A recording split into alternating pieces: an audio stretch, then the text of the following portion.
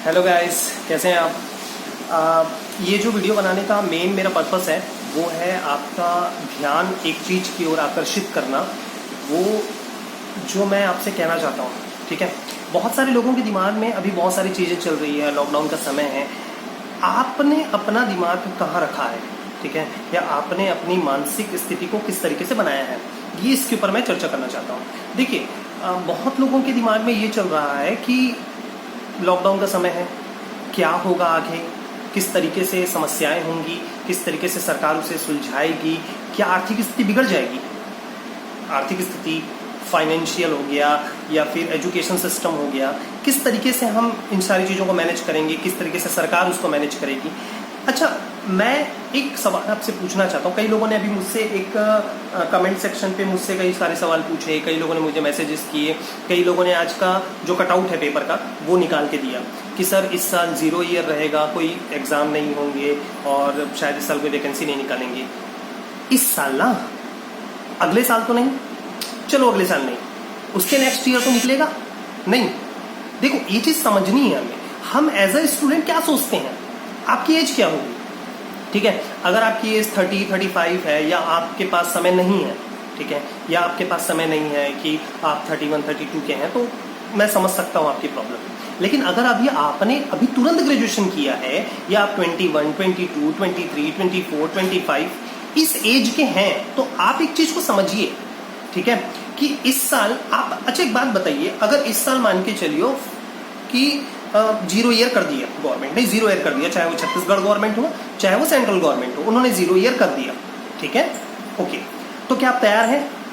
कितनी तैयारी है आपकी? क्या आपने परफेक्ट जर्नल स्टडीज को पढ़ लिया है? क्या आपने परफेक्ट मैथ्स पढ़ लिया है? क्या आपने परफेक्ट रीजनिंग पढ़ लिया है? क्या आपने इंग्लिश को पढ़ लिया है?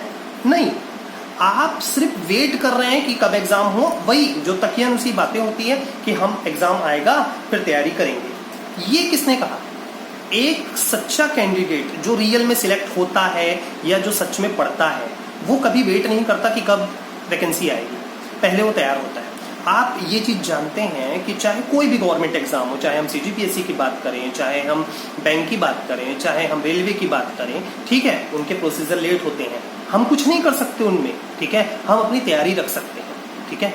देखिए, एक चीज समझिए, आपकी एज आज 21 है, अगर 2 साल भी वैकेंसी नहीं निकली तो भी 23 में वैकेंसी निकलेगी। अरे गवर्नमेंट है, जरूरत पड़ेगी, कभी ना कभी तो वैकेंसी निकालेगा वो।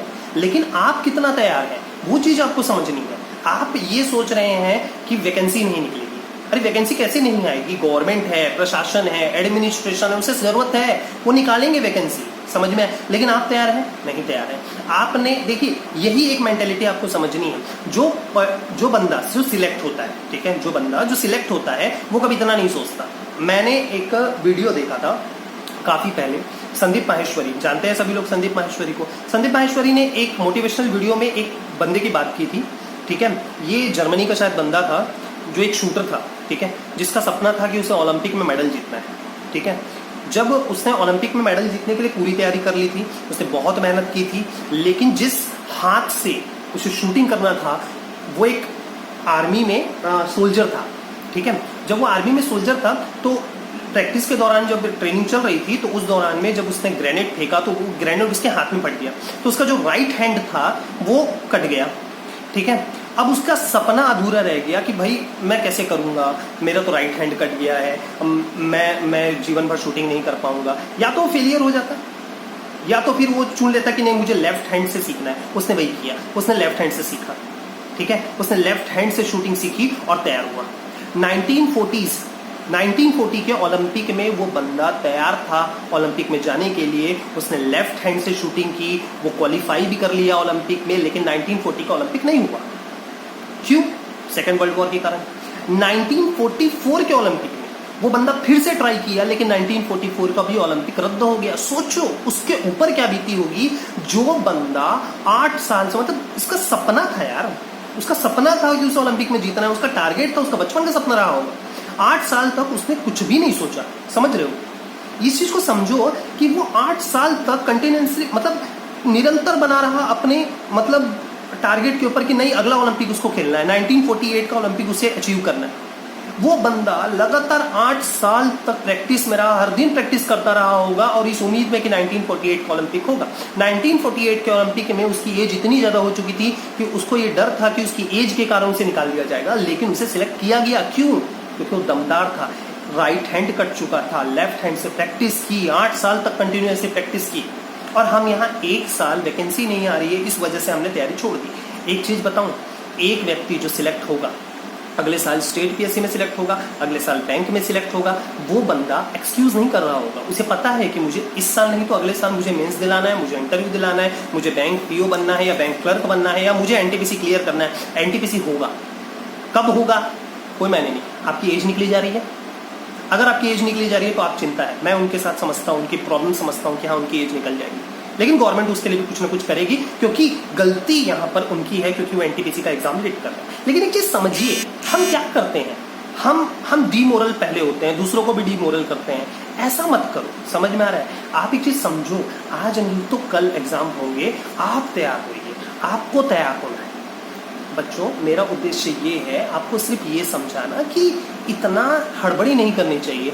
एक गवर्नमेंट जॉब के लिए जो तैयारी करता है ना, उसमें सबसे बड़ी चीज होती है पेशेंस। ठीक है, संयम रखना बहुत जरूरी है दोस्तों, संयम रखना। समझ में आ रहा है?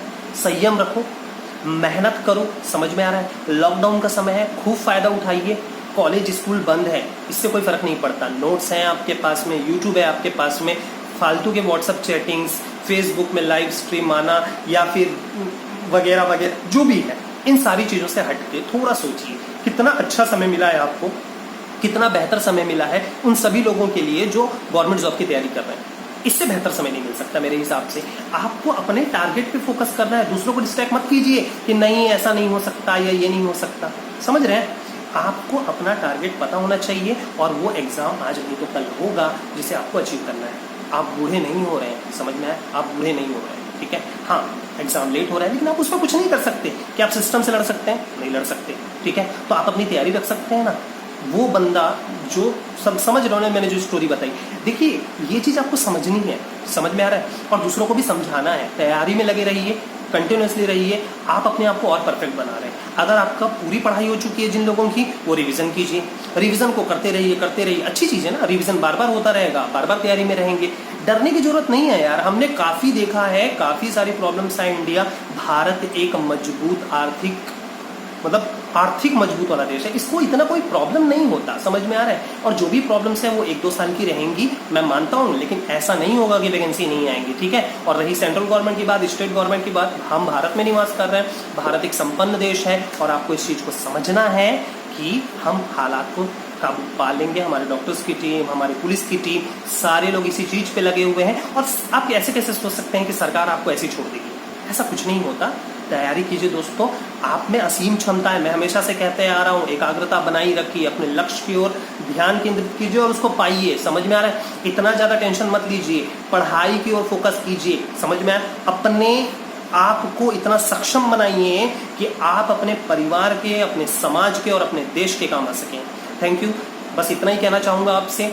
टेंशन मत लीजिए, पढ़ाई कीजिए, आपके पास नोट्स हैं, ठीक है? और यूट्यूब का भी हेल्प लीजिए, बहुत सारी चीजें हैं, पढ़ाई के सोर्सेज बहुत ज्यादा हैं, ठीक है? Thank you.